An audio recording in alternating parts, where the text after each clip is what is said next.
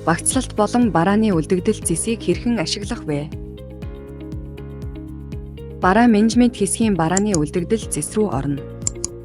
Барааны үлдэгдэл зэснээс борлуулалт үлдэгдэл нэг журтаг нийт өртөг гэх зэрэг мэдээллийг харах боломжтой. Үүний дараа бараа менежмент хэсгийн багцлалт зэс рүү орно.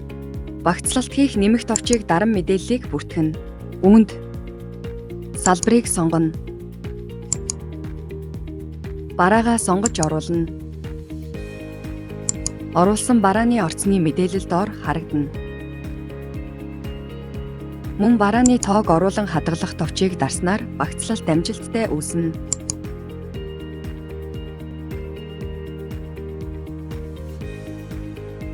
Багцлалтаа хадгалсныхаа дараа буцан барааны үлдэгдэл зэс рүү орно. Барааны үлдэгдлээ шалгахад барааны борлуулалтаас хасалт хийгдсэн байна. Хэрвээ багцлсан бараагаа задлахаар бол багцлалт зэс рүү орон багцлалт хийх товчийг дарна. Салбараа сонгоно.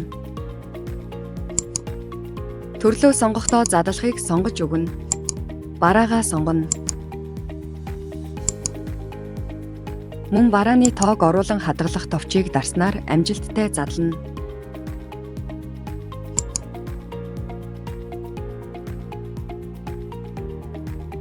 Багцлалтаа задлсныхаа дараа буцан барааны үлдэгдэл зэс рүү орно.